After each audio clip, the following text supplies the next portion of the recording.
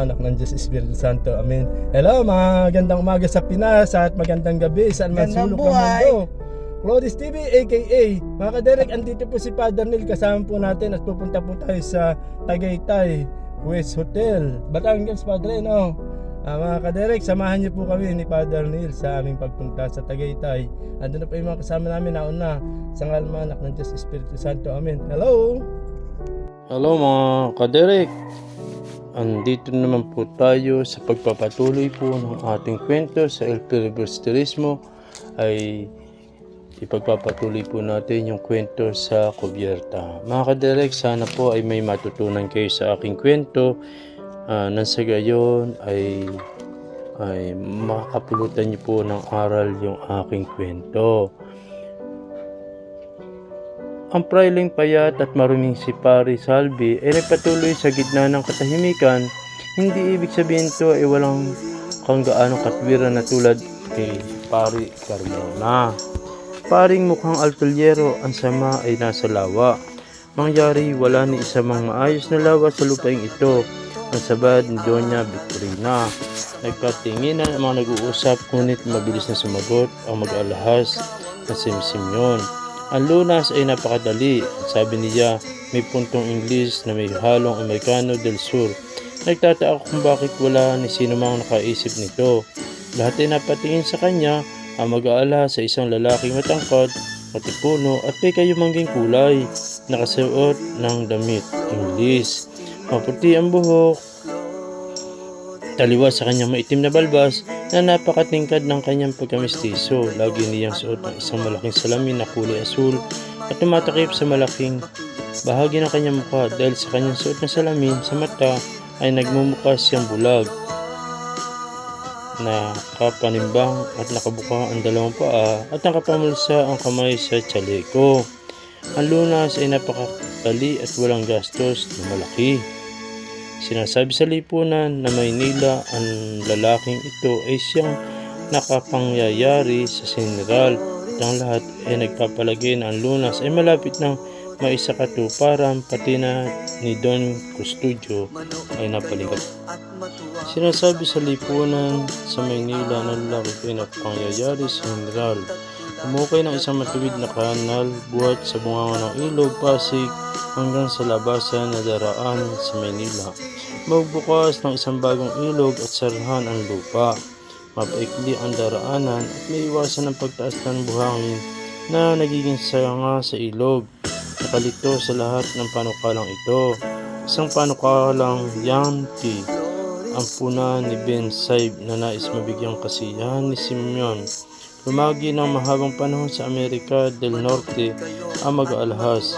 Ang lahat ay nagpapalagay na ang panukalang ito ay kakaiba. Tanging ang liberal na si Don Custodio ang nag-akalang dapat salungatin ang isang panukalang di nagmumula sa kanya. Sa panukalang ito ay napakaraming kwalta ang magugugol at marahil ay mapipilitan tayong sumira ng mga kabayanan. Pwes sumira ang sagot ni Simeon at ang salaping ibabayad sa mga manggagawa. Huwag silang bayaran, gamitin ang mga bilanggo at bihag. Hindi makasasapat, Ginoong Simeon. Kung hindi sasapat ang taong bayan, ang mga bata at matatanda ay paggawain.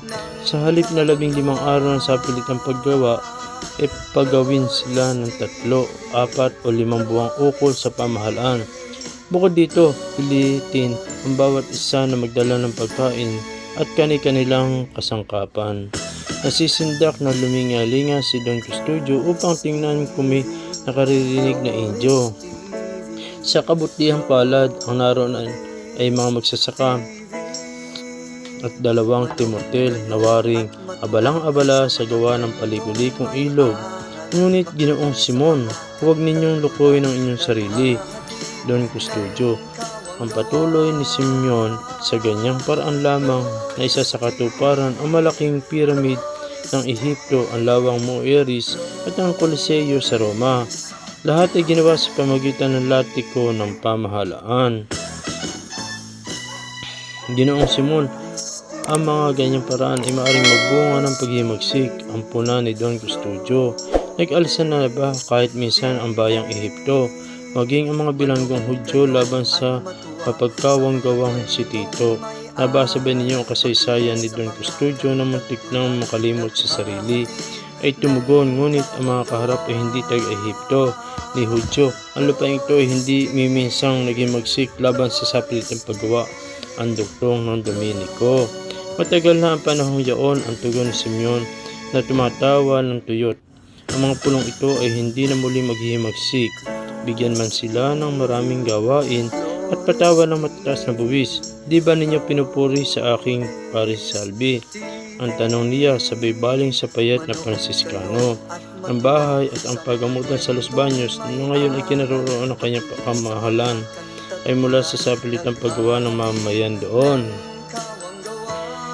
Iginalaw ni Pare Salvi ang kanyang ulo at tuminging namamangha sa nagtatanong, hindi ba ninyo sa aking na ang dalawang gusaling itinayo ay sa pamagitan ng pagpipilit sa mga taong mula sa iba't ibang bayan na gumawa roon sa ilalim ng latiko ng isang uldog?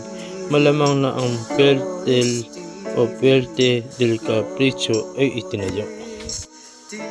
Sa gayon ding paraan at magsabi kayo, naghihimagsik ba ang bayang iyon? Sila ay nagsipag-alsan na noong araw, sagot ng Franciscano. Hindi, patuloy ni Simeon, habang umaakmang manao sa kamarote. Ang nasabi ay nasabi na, at kayo, Pare Sibila, yaon, ang kauna-unahang pagkakataong siya na Vice Rector ng Universidad ay napagsabihan, nagsasalita ng mga kabalbalan. Si Don Custodio ay nagkulay luntian sa alinmampulong na kanyang dinaluhan ay di siya nakatagpo ng gayong kalaban. Isang mulatong Amerikano ang naibulalas niya ng paungol. Indyong English ang puna ni Ben Saib sa mahinang tinig. Amerikano, ang sabi ko sa inyo, ang payamot na tugon ni Don Custodio. Iya'y nasabi sa akin ng kanyang kamahalan. Siya isang mag-aalhas na kanyang nakilala sa Habana at sa aking hinala ay nagbigay sa kanya ng katungkulan at nagpahiram ng kwalta. Kaya nga upang makaganti ng utang na loob ay sinama rito upang mabigyan ng pagkakataong maragdagan ang kanyang kayamanan sa pamagitan ng pagtitinda ng mga brilyanteng huwad. Siya isang taong napakawalang utang na loob na matapos makuha ang kwalta ng mga Indyo ay ibig pang at tinapos ang pagsaltang sinabayan ng pagkumpas ng kamay na makahulugang walang sino mang nakapanghas makisali sa ganitong mga parinig. Si Don Custodio lamang ang maaaring makipagtalo sa kanyang kamahalan. Ang ginoong ito, palibasa isang Amerikano, ay tiyak na nagpapalagay na tayo'y tumutukoy sa mga Indyo sa Amerikano. At talakayin ang mga bagay na ito sa isang bapor pa naman, pilitin at gipitin ang mga ito. Yan ang nagpayo na magpadala ng expedition sa Carolinas at ng kampanya sa Mindanao na siyang magbibitbit sa atin sa karumal-dumal na karukaan at siya ang nagkusang tumulong sa pagyari sa krusero sa sakyang pandigma. Ano ang malay ng isang mag-alas kahit na anong yaman at galing siya sa pagyari ng mga sasakyang dagat. Ang lahat ng ito ay sinasabi ni Don Custodio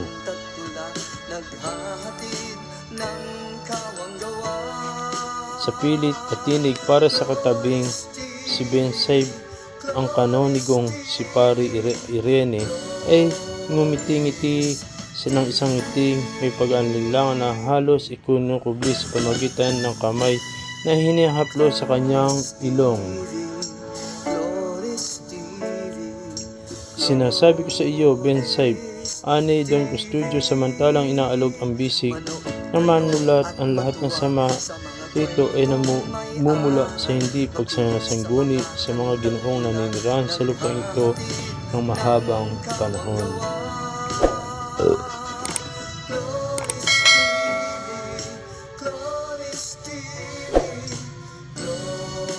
Isang panukalang mula sa matamis na salita at lalong-lalo na malaking gugulin.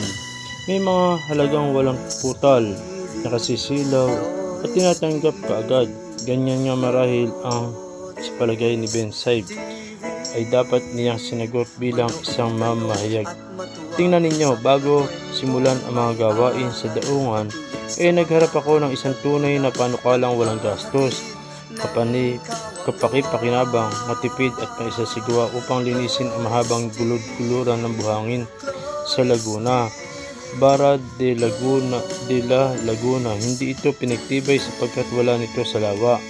Nakakita na ba kayo ng kapahamakang katulad niyan? At maaari bang malaman kung ano iyan? Halos hindi ibig ipaalam ni Don Custodio ang panukalang ito dahil nagdamdam siya sa di pagkakaroon ng mga kasang-ayon sa kanyang mga pasaring laban kay Simeon.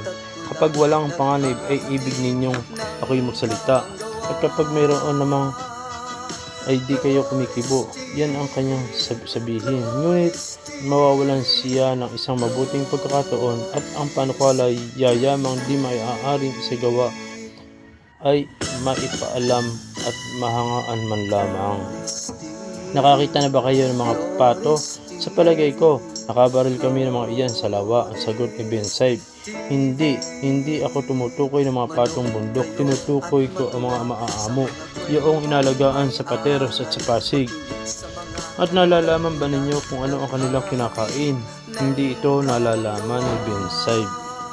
Ang tanging ulong nag-iisip, hindi nag-aaksaya ng panahon sa ganitong hanap buhay. Mga susong maliliit, tama kayo. Mga susong maliliit, ang tugon ni Paring Camorra. Hindi kailangan maging Indio upang siya'y malaman.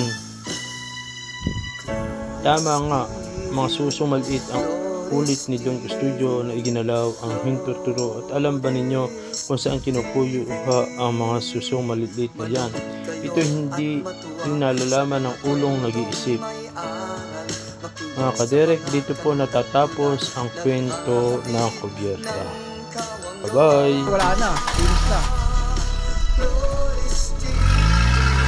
Stop it. Get some help.